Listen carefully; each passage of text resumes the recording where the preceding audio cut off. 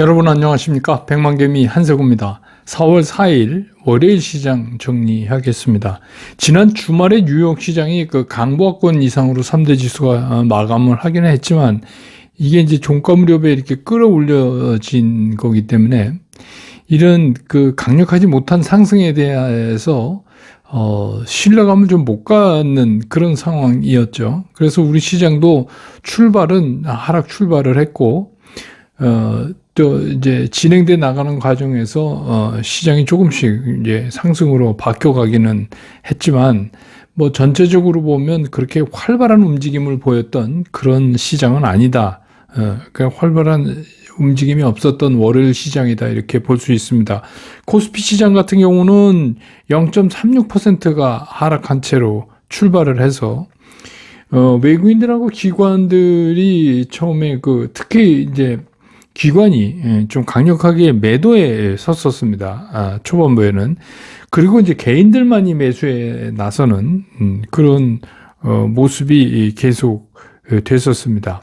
근데 이제 순매도 1,400억 수준까지 이렇게 갔던 기관들이 이제 외국인들이 선물을 매수를 하면서 그러면서 이제 좀 끌려 들어오는 것도 있고, 그래서 빠르게 이제 매도폭을 기관이 줄였어요. 그러면서 지수 상승을 사실 조금 도왔다 이렇게 볼 수가 있습니다.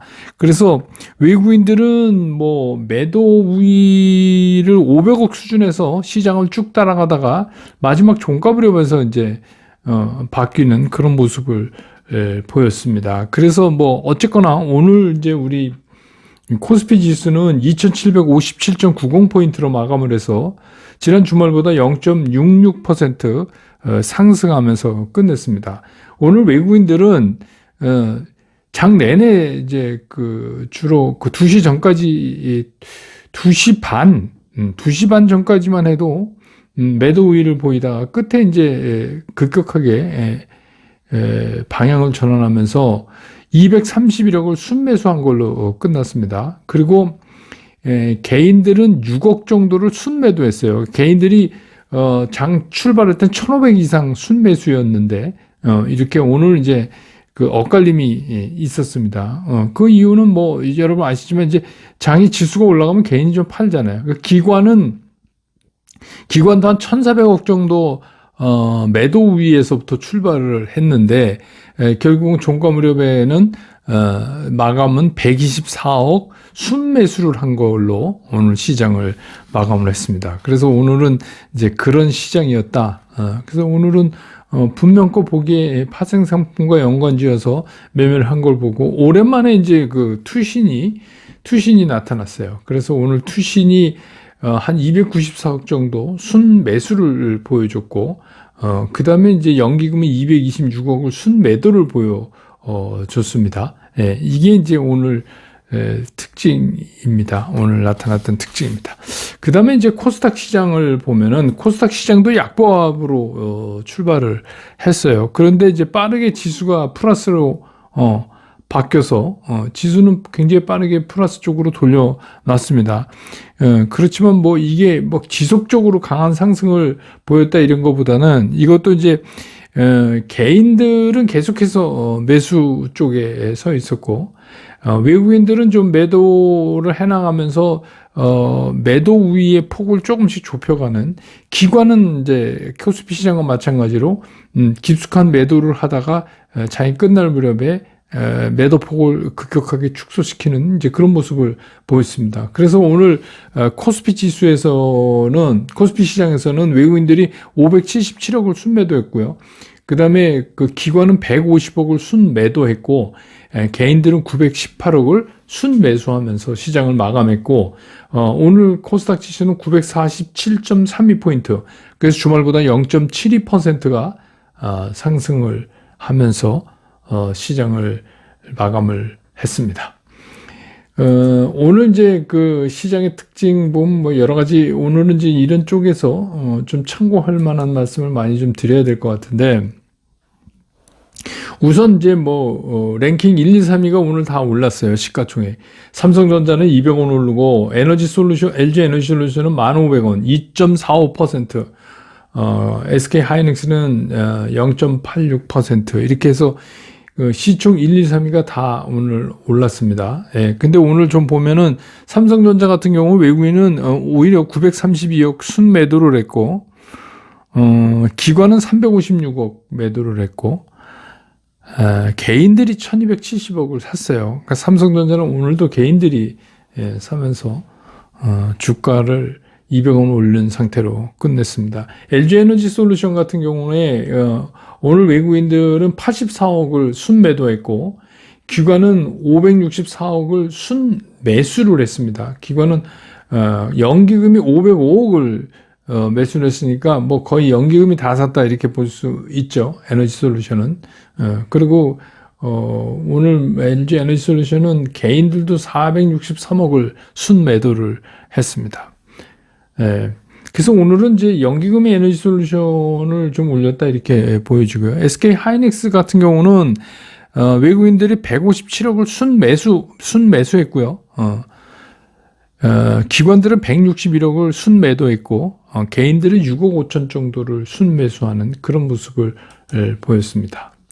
이거는 제가 이제 왜 이렇게 매일 해드리냐면 앞으로 당분간은 이게 이제 어떤 일정한 부분에 묶여서 시장이 가면서 제가 이제 개별 종목 위주로 움직이고 있기 때문에 전체적인 시장의 움직임을 이 대표되는 시가총액 세 종목을 가지고 우리가 좀 이제 흐름을 판별해 볼 필요가 있다. 이래서 이제 매일 요새는 말씀을 드립니다. 오늘 이제 섹터별로 좀 움직인 거 살펴보면 첫 번째가 이제 항공주, 면세점 뭐 이런 거죠. 예, 이건 뭐 우리가 늘 요새 이제 얘기하고 있는 건데 이게 뭐 리오프닝 관련도 기대도 좀 되는 데다가 미국이 비축유 방출을 하면서 유가가 좀 안정되니까 안정됐다 그래도 아직은 비싼 수준이지만 그렇게 되니까 항공사의 연료비 부담도 이제 좀 떨어질 거다. 거기다가 국토부가 그거 주말 동안에 발표했죠. 국제선을 연내에 코로나19 그 전에 한 50%까지 그게 운항을 복원시키겠다. 그런 계획을 발표해서 이제 그런 것도 도움이 됐고 또 아시아나 같은 경우는 25개월 만에 하와이 노선이 재개됐는데 최근에 이쪽 그 예약도 뭐 2배 이상 뛰었답니다. 그러니까 요새 뭐 비행기표가 진짜 구하기가 힘든가 봐요. 그러니까 이게 이제 뭐 우리가 흔히 얘기하던 보복 여행이죠. 예, 그런 것 같고.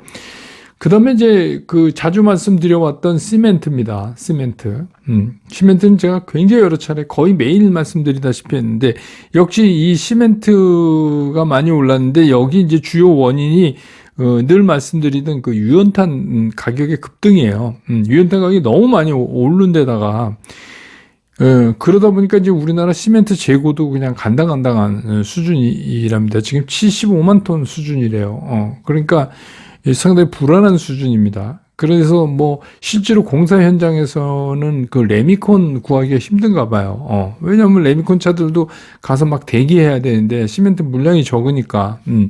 그래서 이제 어쩔 수 없이 이 그 유연탄 가격이 시멘트 코스트에 차지하는 비중이 한 3분의 1 되거든요.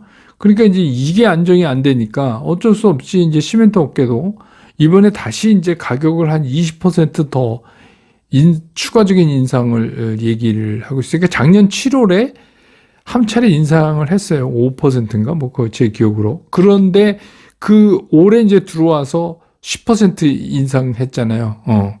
그러니까 5%, 10% 이렇게 되니까 거의 이제 15% 넘죠. 왜냐면 다시 또, 부모가 커졌으니까 한 18% 정도 된 거고, 이번에 이제 다시 20%를 더 올리겠다. 이렇게 이제 추가적으로 지금 지시하고 있습니다. 예. 근데 뭐, 이게 뭐 시멘트 업계가 그냥 올리는 게 아니라, 이게 유연탄 가격이 말도 못하게 올라가 버리니까. 아시지만 이제 우리나라 그 시멘트 회사들이 쓰는 그 유연탄의 75%는 러시아산이죠. 나머지는 이제 잘 안 맞는답니다. 예. 그래서 이거는 뭐 어떻게 피해갈 수가 없는 문제 같아요. 근데 이제 이렇게 되면 실제로 새 정부 들어서 뭐 250만 원 공급이라든지 물론 이제 이게 장기화되면 말이죠. 그러면 이제 그런 데도 상당히 차질이 있을 수 있다 하는 거는 이제 우리가 예견해 볼 수가 있어요. 그다음에 이제 의류입니다. 의류. 근데 이거는 이제 리오프닝 수혜주죠.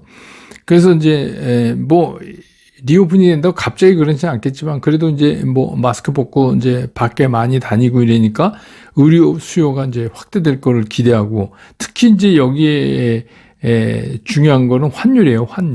환율이 지금 이제 오늘 이제 뭐 한 1원 10전 정도 원화가 강해졌는데 1214원 수준인데, 이게 이제 우리나라 입장에서 이제 우리가 제주에서 원화 베이스로 달러 베이스로 수출을 하면 원화가 이렇게 환율이 상승하니까 OEM 업체 같은 경우는 실적이 늘어나잖아요. 그러니까 이제 그런 기대, 그런 거. 근데 주로 이제 이 의류 쪽은 좀 소형주고, 이게 사실은 화려하지는 않지만 이 환율 때문에 그동안에 이게 조심스럽게 많이 좀 올라왔어요. 여러분 이제 이렇게, 길쭉 분석 그래프를 보면 알겠지만 좀 올라왔습니다. 예, 최근에 많이 올라오고 있었다가 이제 오늘 좀 이렇게 좀 크게 드러난 거다, 이렇게 보시면 될 것 같아요. 가만히 있다가 오늘부터 올리는 게 아니고요. 예, 그거는 좀 감안해 보시기 바랍니다.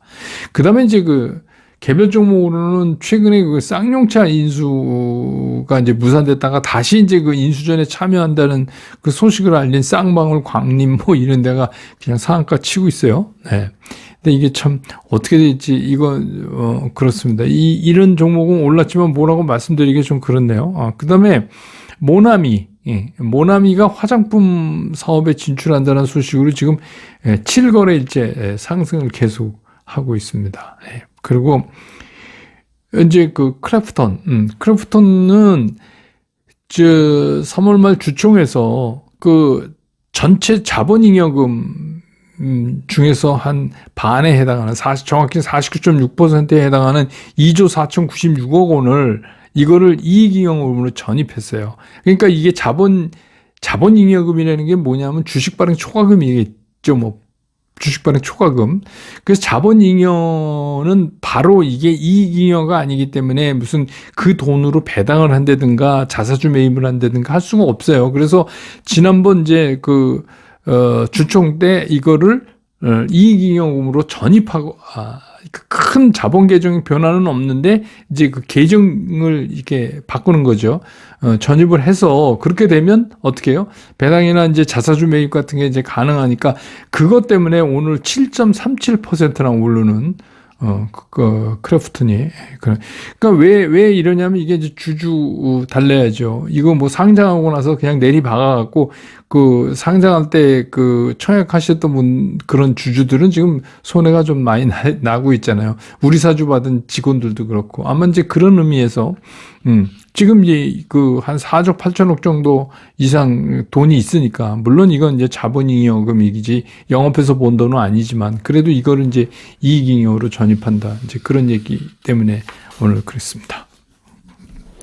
시장 얘기 좀 하죠. 지난 주말에 제가 이제 간단하게 이제 4월 시장은 이렇게 매매해야 됩니다 하는 말씀을 드렸어요. 그러니까 이제 지금 시장 상황에서 짧은 트레이딩 매매밖에 할 수가 없는 상황이기 때문에 이거를 뭐 그렇게 말씀드릴 수밖에 없고, 또 지금 시장이 그런 상황입니다. 그렇지만 이제 이런 시장들이 어떻게 앞으로 변화돼 나가는가 하는 거에 대해서 우리는 이걸 어떤 걸 보고 알아채고 또 뭘 신경 써서 우리가 체크해야 되느냐, 이것 때문에 오늘 이제 좀 말씀드리려고 하는 겁니다. 그래서 딱 3가지만 하자. 뭐 이제 제가 이런 썸네일 제목을 달았는데, 첫 번째는 이런 겁니다.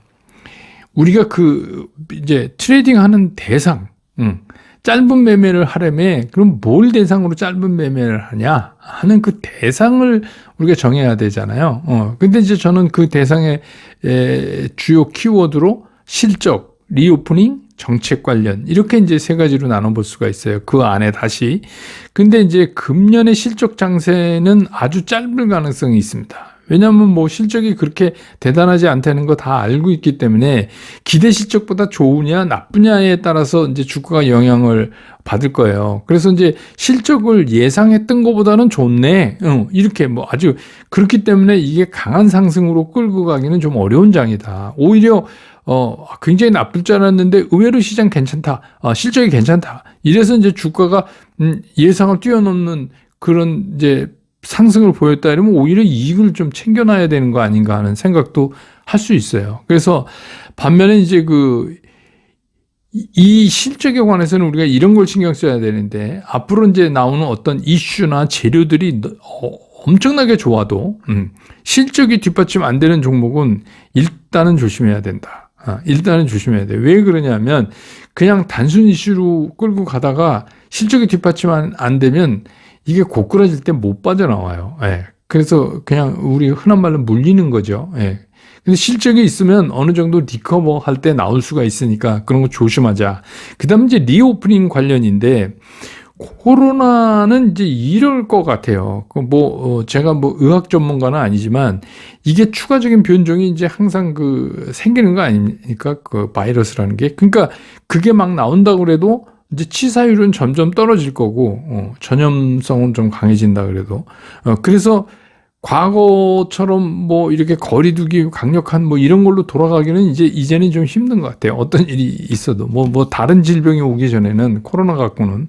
그래서 리오프닝은 이렇게 그냥 원했던 떠밀려 가든 이렇게 이제 진행되지 않겠냐 이렇게 생각이 듭니다. 그러면 이제 리오프닝에 관련된 것 중에서 우리가 뭐 들 수 있어요. 엔터테인먼트. 오늘 엔터테인은 이제 좀 이익 실현된 건 물량들이 좀 나오고 이러니까. 엔터도 이거, 굉장히 우리가 다른 시각으로 봐야 돼요. 이거는 좀 무슨 원자재 오르고 이런 거랑 별로 관계가 좀 덜하죠.